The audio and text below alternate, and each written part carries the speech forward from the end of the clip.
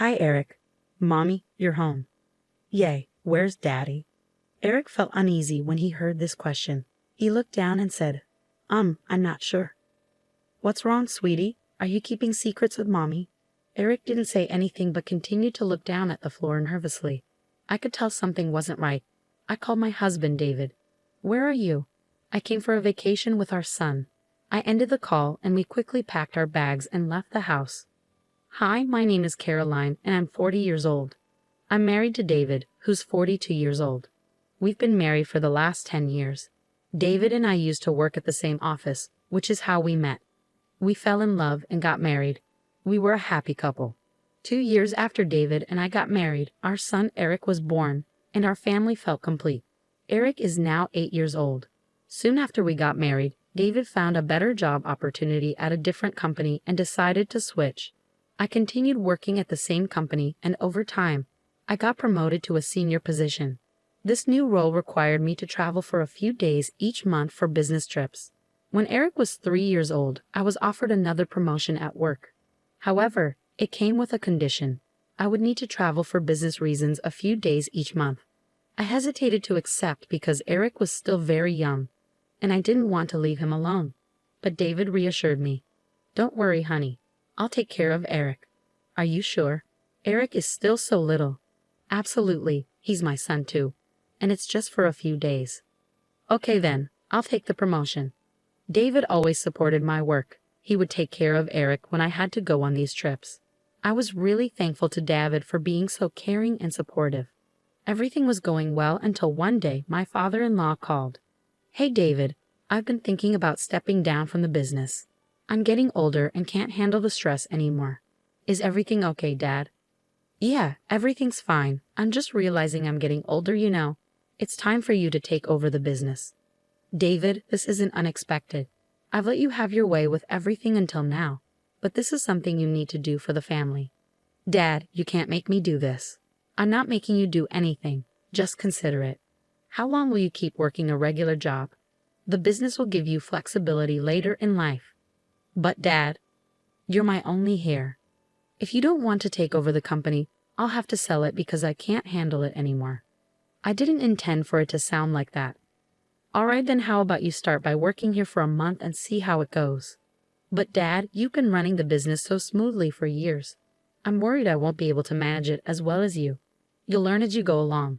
I didn't know anything about business until I started doing it myself. Okay, Dad, I'll give my notice at work and wrap things up there. Even though David enjoyed his job, he knew he would have to take over the family business eventually. He was prepared for it, but he didn't expect it to happen so soon.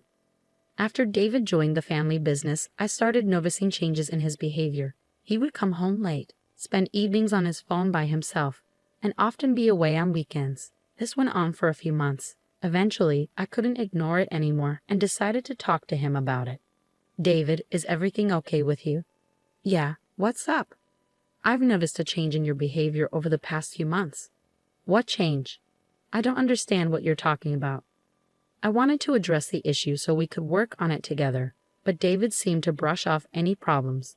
I became frustrated with his dismissive attitude. Don't act like you don't know what I'm talking about.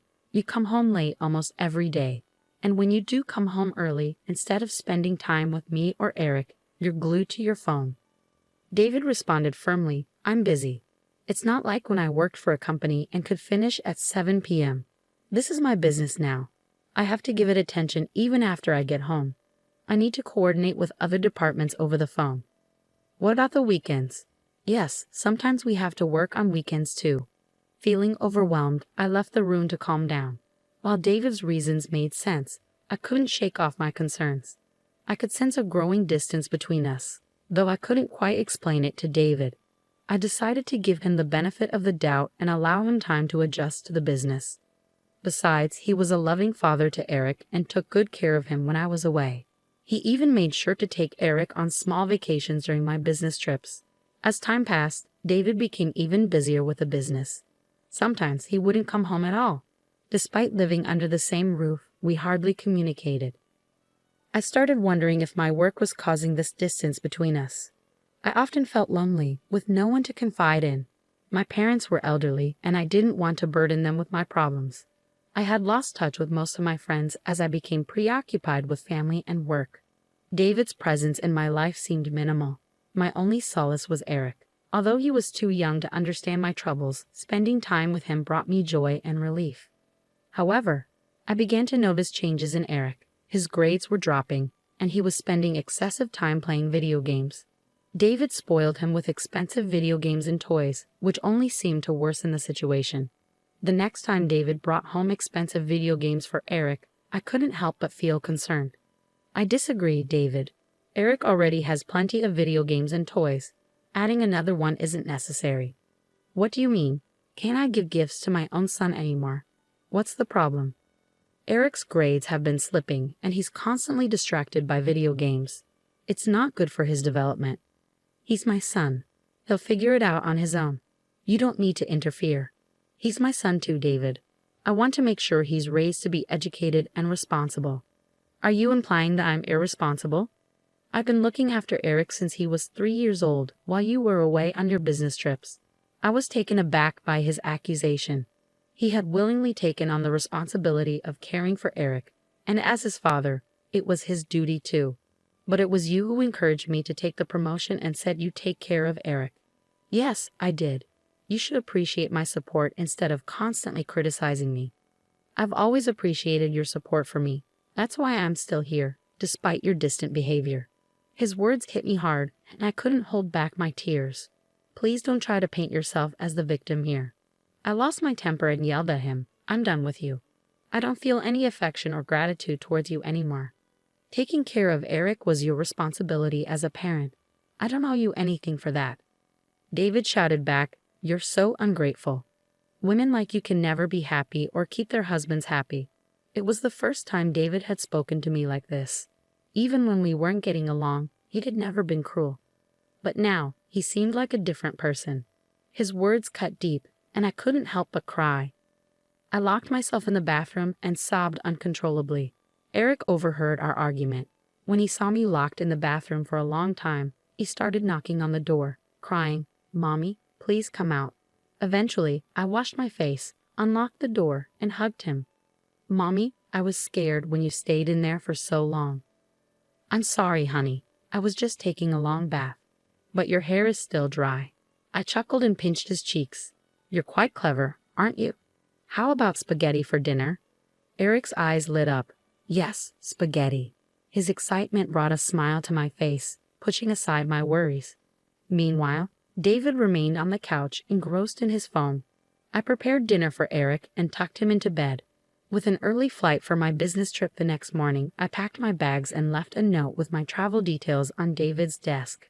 Since our relationship had grown distant, I always left a note with my travel plans for David so he could make arrangements for Eric or take him to my in-laws' house the next day. I went on my scheduled trip, but the recent arguments with David weighed heavily on my mind. I couldn't focus on my work. By the second day, I started feeling feverish and weak, so I decided to cut my trip short. I contacted my manager and explained that I was feeling unwell.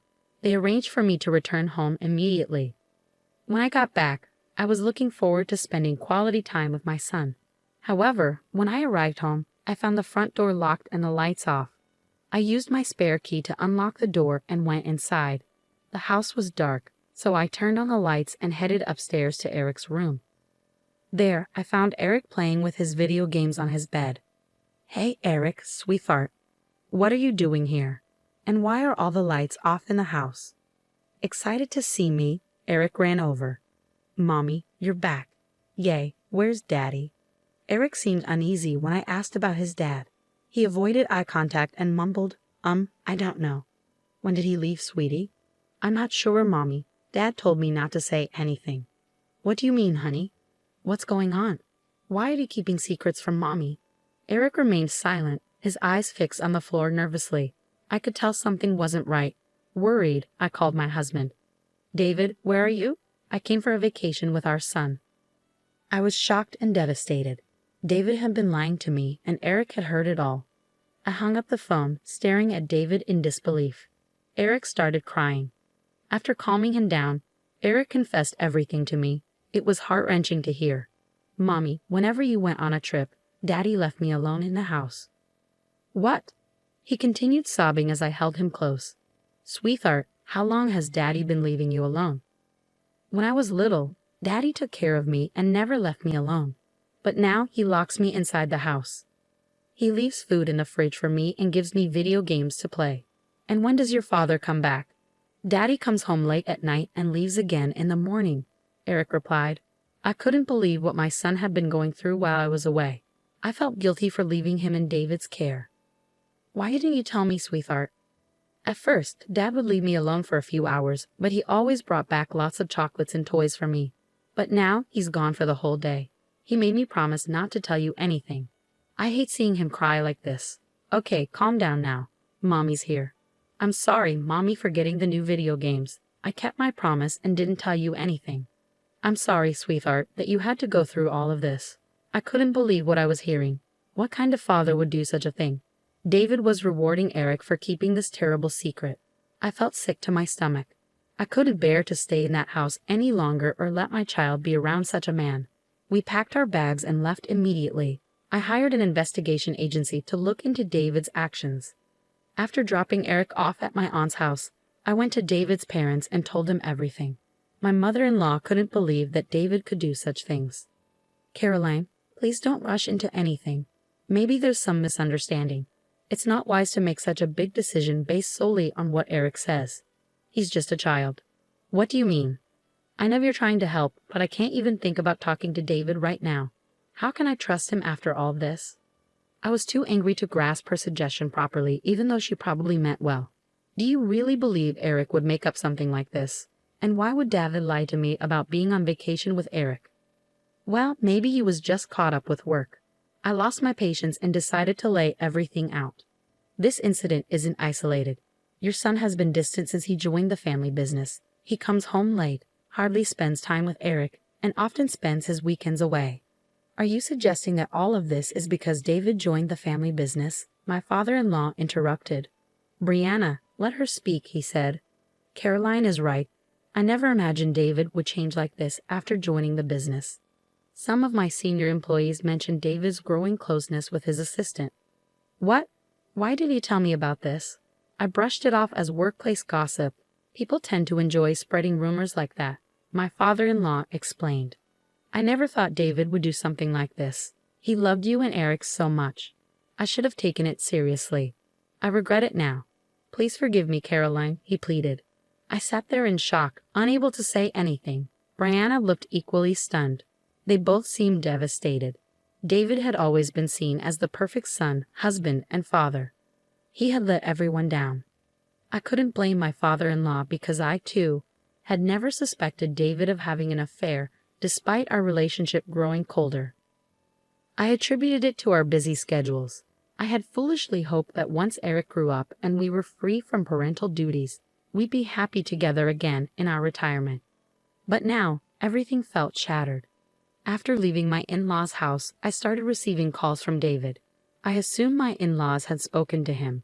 I ignored his calls and blocked his number. I stayed with my aunt for a few days while searching for a new place to live. Eventually, the investigation agency sent their reports, confirming my suspicions.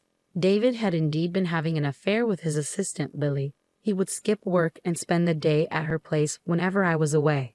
I hired a lawyer and sent divorce papers along with the evidence I received from the agency. It turned out that Lily was a single mother to a 5-year-old girl. She had been divorced by her ex-husband due to an extramarital affair during her pregnancy. When she applied for her job, she portrayed herself as a victim, claiming she divorced her husband because he cheated on her while she was pregnant.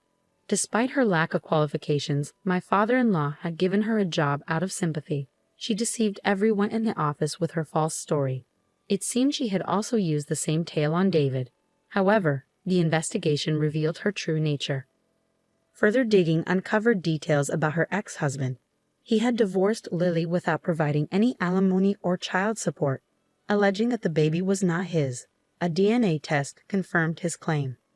I forwarded all these details to David through my lawyer. According to my lawyer, David was devastated by the evidence and ended things with Lily. He accused her of breaking into our house.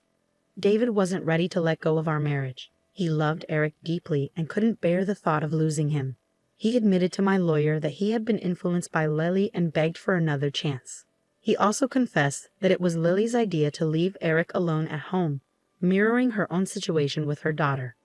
If it had only been me hurt by David's actions, I might have considered giving him another chance. But now it was a matter of my child's safety and upbringing. I couldn't raise Eric with a father who would bribe him into lying. After enduring so much pain, I was determined to get a divorce. It wasn't just a matter of days or months. David had betrayed my trust for years, yet I had never doubted his loyalty. I couldn't forgive him for breaking that trust.